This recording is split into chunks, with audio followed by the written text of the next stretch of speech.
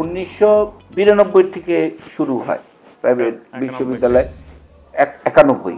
তো সেই সময় যে বিশ্ববিদ্যালয়ের যে কাঠামোগুলি প্রাইভেট বিশ্ববিদ্যালয় করার জন্য যারা এগিয়ে এসেছিলেন, যারা কাঠামো তৈরি করতে চাচ্ছিলেন, সেই সময় যে নীতিটা তৈরি করা হয়েছে, তার আগে আসলে পাবলিক বিশ্ববিদ্যালয়গুলি সেই নীতি, সেই কাঠামোর থেকে অনেক আগে, ধরতে পারেন ঢাকা বিশ্ববিদ্যালয়ের কথা বলেন বা অন্য সমসাময়িক বিশ্ববিদ্যালয়ে প্রায় 80 থেকে 90 বছর আগেই তারা সেই কাঠামো পেরিয়ে এসছে। তো তাদের ওই নীতি তখন এই নীতির আমাদের প্রাইভেট বিশ্ববিদ্যালয়ের জন্য প্রযোজ্য হতো না। কিন্তু একটা গাইডলাইন তৈরি হয়েছে, একটা নীতি তৈরি হয়েছে, আইন তৈরি হয়েছে। কিন্তু আমরা জানতে পেরেছি যে আবার নতুন করে বিশ্ববিদ্যালয়ে আইন তৈরি হচ্ছে, এবং সেটা প্রাইভেট বিশ্ববিদ্যালয়ের জন্য, এবং সেখানেও আইনটা তৈরি হচ্ছে, এবং সেই আইনটা আরও লিবারেলভাবে বিশ্ববিদ্যালয়কে আরও বেশি কাজ করার সুযোগ করে দিচ্ছে। তো আস্তে আস্তে আমি বিশ্বাস করি যে এরপরে একসময় এমন একটা অবস্থা আসবে যে প্রাইভেট বিশ্ববিদ্যালয়গুলি আস্তে আস্তে এই পাবলিক বিশ্ববিদ্যালয়ের সাথে খুব বেশি নীতির তফাৎ থাকবে না, মার্জ হয়ে যাবে। একটা একটা তো গ্রোথ পিরিয়ড থাকে, এই গ্রোথ পিরিয়ডটা ক্রস করে চলে এসছে। 122টা প্রাইভেট বিশ্ববিদ্যালয় আছে। এই 122টা প্রাইভেট বিশ্ববিদ্যালয় কিন্তু এক মান না। সরকারি প্রথম দিকের 20-25টা বিশ্ববিদ্যালয়ের মান কিন্তু এক, শেষের দিকে 58 বিশ্ববিদ্যালয়ের ওদের কিন্তু দুর্বল। কিন্তু সরকারের পৃষ্ঠপোষকতায়, সরকারের অনুদানে ওরা কিন্তু খুব তাড়াতাড়ি এদেরকে ধরে ফেলবে, কারণ সরকারের সাহায্য পুষ্ট হয়ে ওরা পিছিয়ে থাকবে না। কিন্তু আমাদের বেলায় যে আমাদের সাহায্যটা, আমরা তো সরকারের থেকে কোনো সাহায্য পাই না। তো আমাদেরকে যদি ওই স্টেজে যেতে হয়, আমাদের নিজেদের ভিতরেই যেতে হবে। তো যারা পিছিয়ে আছে তাদের জন্য যদি এখন এই নীতিমালাকে আমরা যদি নিয়ে আসি, ওই নীতিমালা আন্ডারে এরা কিন্তু বিপদে পড়বে। এদের গ্রোথটা ওইভাবে, মানে ফ্লাডগেট ওপেন হয়ে গেলে এদের গ্রোথের সমস্যা হবে আমি মনে করি। সো এখনও ঠিক এই মুহূর্তে অভিন্ন নীতিমালা হবে না, কিন্তু লং টার্মে গিয়ে আমি বিশ্বাস করি যে বিশ্ববিদ্যালয় চালানোর জন্য একটা অভিন্ন নীতিমালাই থাকাটা সবচেয়ে উত্তম।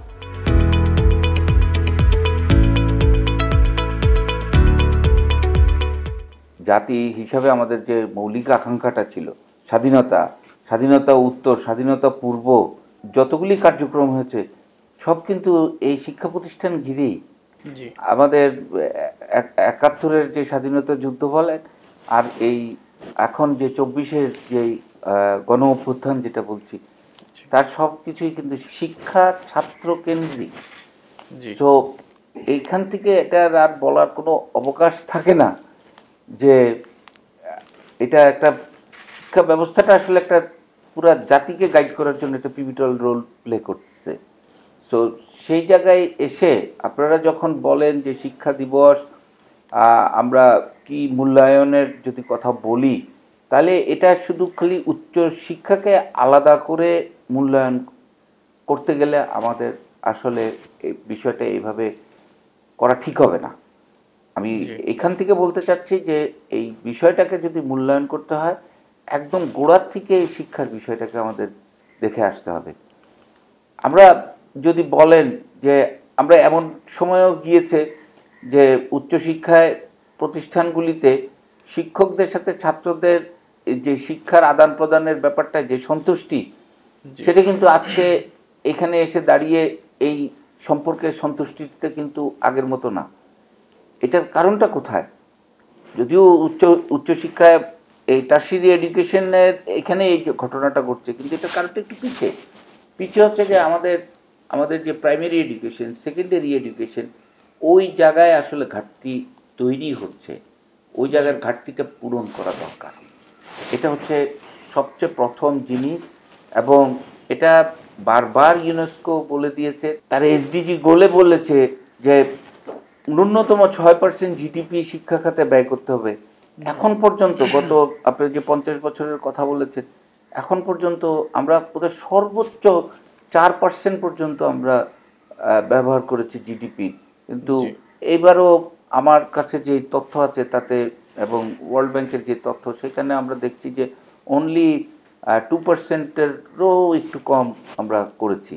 তো তো আমরা যদি এই বিষয়টা ওখান থেকে যদি সুশিক্ষার ব্যবস্থাটা ওখান থেকে যদি গড়ে নিয়ে আসি, আমি যে এই টার্সিয়ারি এডুকেশন বা হায়ার এডুকেশনে এসে যে আমরা যাদেরকে তুলে ধরবো জাতির সামনে, সেই জাতির সামনে তুলে ধরার যে অংশটাকে আমরা তুলে ধরবো শিক্ষার্থী, সেটা তখন একটা সাকসেসফুল স্টোরি হিসাবে কাজ করবে আমি মনে করি।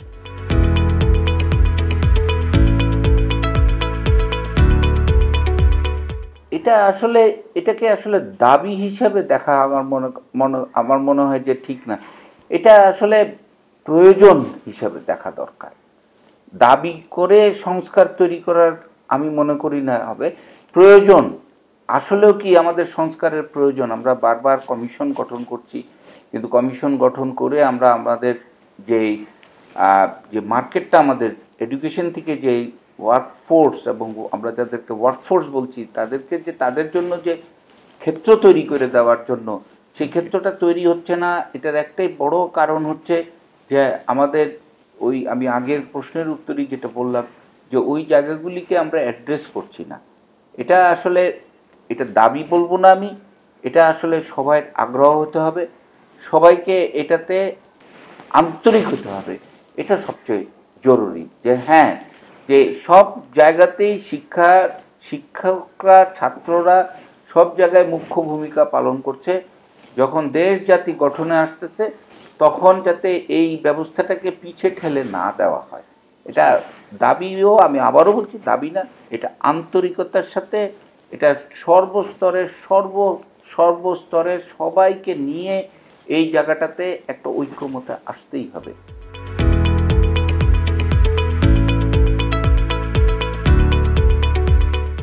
আমরা আমি আবারও ফিরে যাই, প্রাইমারি, সেকেন্ডারি, টার্সিয়ারি প্রতিটা জায়গায় সংকট। প্রথম কথা হচ্ছে টিচিং ফ্যাক্টরি বলে একটা ব্যাপার আছে, শিক্ষক উৎপাদন।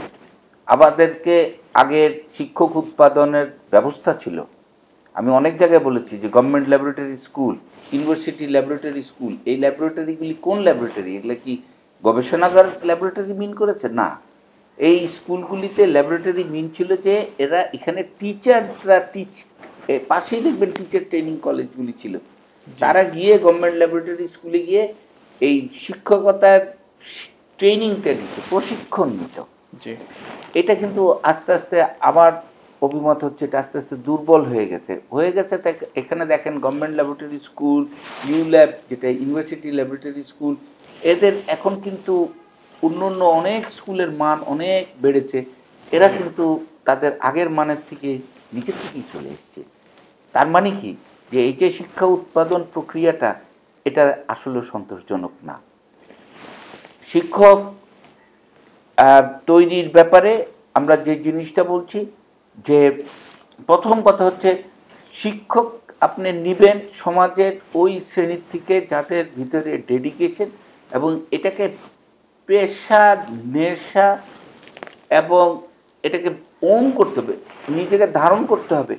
শিক্ষক হিসেবে যেদিন আমি নিজেকে প্রকাশ করব সেদিন থেকে আমি অনেক কিছু, আমার স্যাক্রিফাইসিং টেন্ডেন্সি থাকতে হবে। এটা না হলে শিক্ষক পেশায় এসে আসলে যে খুব উন্নতি করতে পারবে তারা, এটা হচ্ছে একটা কথা।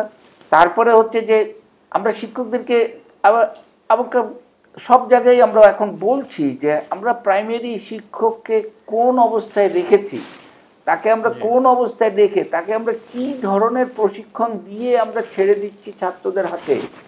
আমরা কিন্তু যেইভাবে দেওয়া উচিত, আমি উন্নত দেশগুলির সাথে আমার দেশের তুলনা করব না, কারণ তাদের অর্থনৈতিক অবস্থা আমাদের থেকে অনেক অনেক ভালো। আমাদের আশেপাশে যে দেশগুলি অর্থনীতি আমাদের সাথে সাথে পাল্লা দিয়ে অর্থনীতি এগোচ্ছে, তারা শিক্ষকদের জন্য কি করছে, তারা কিভাবে এই প্রাইমারি শিক্ষক, সেকেন্ডারি এডুকেশনের শিক্ষকদের কিভাবে তৈরি করছে, সেই মডেলগুলি তো আমরা ছোট্ট করে তো হলেও আমরা অ্যাপ্লাই করতে পারি। এবং সেই জায়গাটাতে আমাদের সংকট আছে, শিক্ষা সংকট আছে। আমাদের এখানে এসে তো টার্সিয়ারি এডুকেশনে এসে, ইউনিভার্সিটি লেভেলে এসে আমাদের ভীষণ শিক্ষক নিয়োগের ব্যাপারে আমরা সংকটে পড়ছি। কারণ এটার একটা বড় কারণ হচ্ছে যেটা আমরা আগেও বলেছি, যে আমরা ব্রেইন গেইন না করে আমরা ব্রেইন ড্রেইন করছি। আমাদের যারাই ভালো, যাদেরকে আমরা শিক্ষক হিসেবে পেতে চাই, তাদেরকেই আসলে আমরা দেশে রাখতে পারছি না। এদের এক অংশ যদি আজকে দেশে আসে, বা যারা বাইরে গিয়ে, তারা অনেক দেশেই এটা হচ্ছে, চায়না তার একটা জ্বলন্ত উদাহরণ, অনেকেই দেশের বাইরে গিয়ে পরে আবার তারা ফিরে এসে তাদের মেধাটা এই শিক্ষার ক্ষেত্রে লাগাচ্ছে। এখানে আমি একটু আসার কথা বলি যে অনেক নন রেসিডেন্স বাংলাদেশিরা এখন স্পেশালি টার্সিয়ারি এডুকেশনে, কোয়ালিটি এডুকেশনের জন্য তারা কিন্তু নজর দিচ্ছে। তারা কিন্তু এখন আমাদের সাথে হাত বাড়িয়েছে বিভিন্ন প্রজেক্টের মাধ্যমে। তারা চাচ্ছে যে আমাদের এইখানে যে শিক্ষার্থী, আমরা যাদেরকে শিক্ষা দিচ্ছি, তারা যাতে কোয়ালিটি প্রোডাক্ট হিসাবে বহির্বিশ্বে একটা ব্র্যান্ড তৈরি করতে পারে।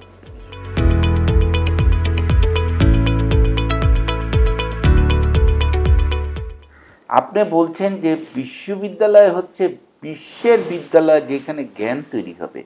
তো জ্ঞান যদি তৈরি করতে হয়, আমি যদি গবেষণা না করি, তাহলে কিভাবে তৈরি করব? আমরা তো গবেষণালব্ধ ফল বলি, গবেষণালব্ধ ফল আমাদের প্রোডাক্ট, গবেষণালব্ধ ফল আমাদের আন্ডারস্ট্যান্ডিং, গবেষণালব্ধ ফল নলেজ। তো গবেষণারই যদি সুযোগ না করে দিয়ে যদি খালি বলি যে বিশ্ববিদ্যালয় বড় করো, এটা হবে আমাদেরকে হাত পা বেঁধে দিয়ে পানিতে ফেলে দিয়ে বলা যে সাঁতার কাটো। এটা গুরুত্ব ওই জায়গাটাতে। আমরা কিন্তু এখন আসলে হাত পা বেঁধে সাঁতার কাটছি। আমাদের এই হাত পাগুলিকে খুলে দেওয়া উচিত। মানে আমি একেবারে সব বিশ্ববিদ্যালয়ের পক্ষ থেকেও আমি এটা বলবো যে প্রাইভেট বিশ্ববিদ্যালয়গুলিতে পিএইচডি প্রোগ্রাম অবিলম্বে চালু করা উচিত।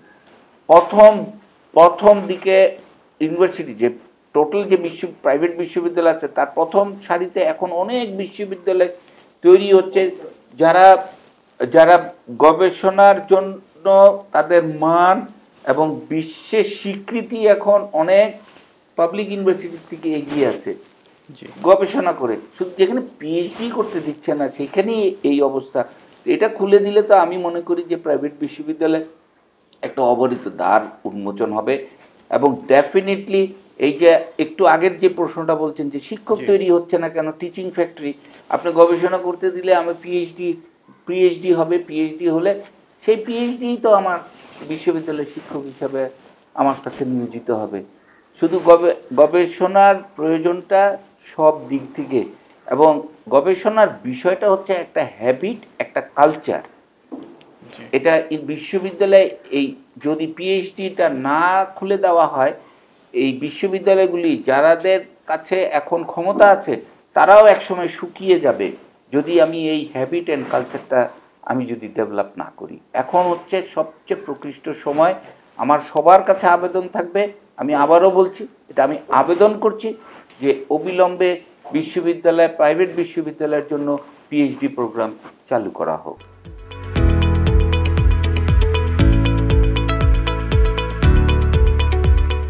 আমাদের জন্য সবচেয়ে বড় চ্যালেঞ্জ